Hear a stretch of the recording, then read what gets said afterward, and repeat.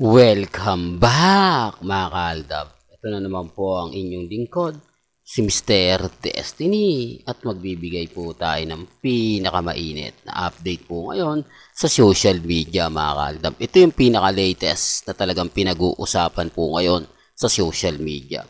Marami pong mga komento, marami pong mga bagay-bagay na mahirap nga po talagang ipaliwanag. Mahirap magsalita, mahirap magsabi kung ano nga po ba talaga yung totoo o kung nagkamali lang po talaga si Maine Mendoza. Kinu-question ngayon ng mga ilang netizen mga kaaldab. Ang 7 branch daw nga po ng McDonald's ni Mengay pero nabanggit nga daw po ay 5. Ano nga po ba talaga yung totoo? Bakit may mga bagay-bagay na branch ni Mengay hindi niya kabisado? Ebidensya at resibo lang po daw yun na hindi po talaga siya ang nagmamayari.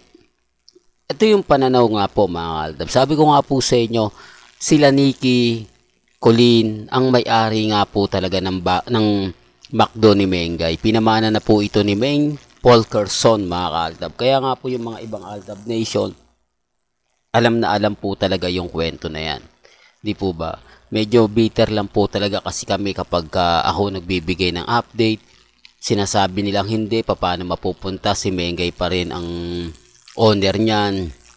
Hindi po ba? Kaya imposibleng sa mga kapatid niya. Oo, nandun na tayo.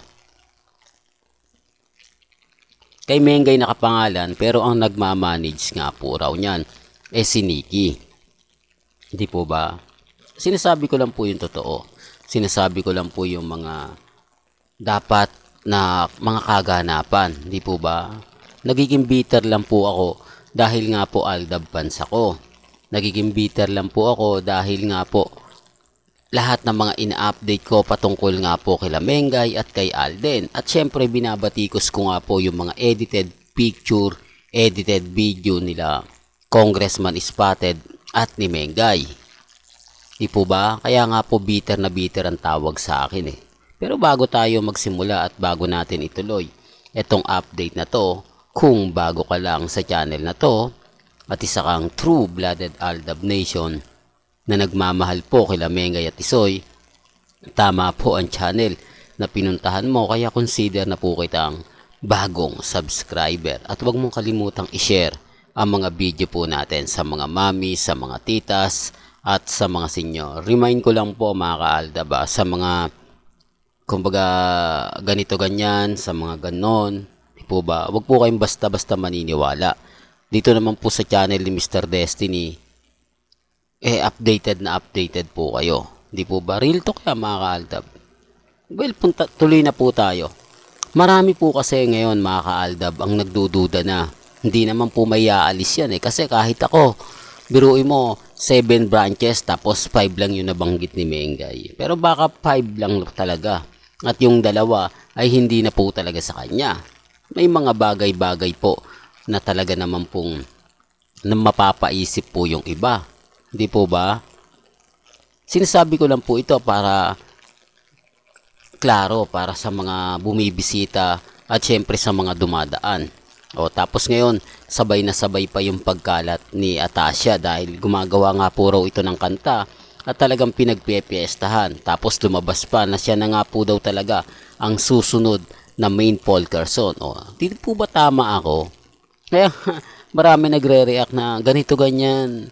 Updated po ako mga kaaldab sa mga dumadaan sa channel ko, sa mga bumibisita, sa mga nagtatanong kung ano na nga po ba yung latest, yung po talaga.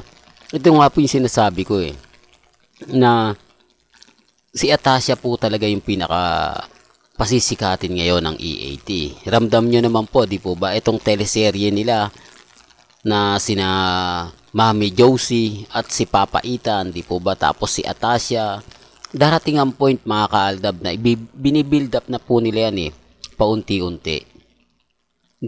Talagang nagkataon na hindi na siguro dumalo si Mengay para ma-focus nga po yung mga netizen kay Atasha. Kaya nga po araw ng Sabado, mas minabuti na ni Mengay. Kasi kung titignan nyo, maaga po silang umalis eh. Maaga pong umalis si Mengay. Kasama po si Congressman Spotted. May pagkakataon pa para pumunta ng Cainta para mag-perform ng EAT, di po ba? Pero kaya na sinabi ko, wala po ako sa posisyon para sabihin ipilit yon, di po ba? Kasi tayo naman po update lang naman eh. Hindi natin alam ang rason kung bakit nga po ba hindi na tumuloy si Mengay. Mga bagay-bagay nga po na sinasabi natin, pinapaliwanag natin na ganito ganyan. Pero gaya na sinabi ko, ako masaya po ako lalo na po ngayon na talagang kahit papaano hindi po tayo binibigyan ng pasakit. Hindi niya perform na talagang pinakilala ang asawa ko niya, di po ba? Kasi sabi ko nga po sa inyo, malaki pagkakaiba nila ni Maha. Si Maha, bawat interview, si Rambo lagi binabanggit. Yung, kumbaga, talagang nakapokus siya doon. Talagang pinagpepiestahan nila ron. Di po ba? Pero kapag si Mengay, tahimik lang. Kahit sa EAT, ramdam nyo at alam po ninyo na hindi siya pinag-uusapan. Ni hindi po nababanggit nila Jose, Waldy, Henyo Master Joey De Leon, Bossing Big Soto, Tito Sen, at ilang legit Dabercads. Di po ba? O baka sabihin nyo na naman, fake news ako. O, dumating po si Mengay galing US. 1 month po siyang wala. 1 month po siyang hindi nakita sa EAT. Nung pagbalik niya, wala man lang nag-welcome back sa kanya. Wala man lang bumati, kamusta na ang nag-honeymoon sa US. Anong masasabi kaya ni Congressman Ninto? Di po ba? Sa tingin nyo mga kaaldab, meron nga po ba? Hindi po ba wala? Bitter lang po talaga ako sa mga army at sa mga main fanatics kapag ako po yung nagbabigay ng balita. Sinasabi kasi nila na ganito ganyan, etc. etc. Okay lang naman po. Di po ba? Sabi ko nga dito po sa channel ni Mr. Destiny, 101% updated po tayo. Ano man po yung mga nababasa ninyo, nakikita po ninyo, napapanood po ninyo, chill lang tayo. Di po ba? Real talk mga kaaldab, maging matatag na lang po kayo. Di po ba? Darating din po yung point, tayo pa rin ang wagi. Sabi ko nga, habang naandito po si Mr. Destiny, patuloy tayong magbibigay ng update. Patuloy tayong magbibigay ng mga kaganapan. Kahit anong sabihin nila, kahit na, naku Mr. Destiny, fake news, okay lang. Basta kung gusto nyo lang po ng update, especially po sa mga mami, sa mga tita, sa mga senyor, lagi lang po kayong tututok sa channel natin para hindi po kayo nabe-brainwash o kaya nabibigyan ng mga maling balita. Dito naman po actual tayo eh, di po ba?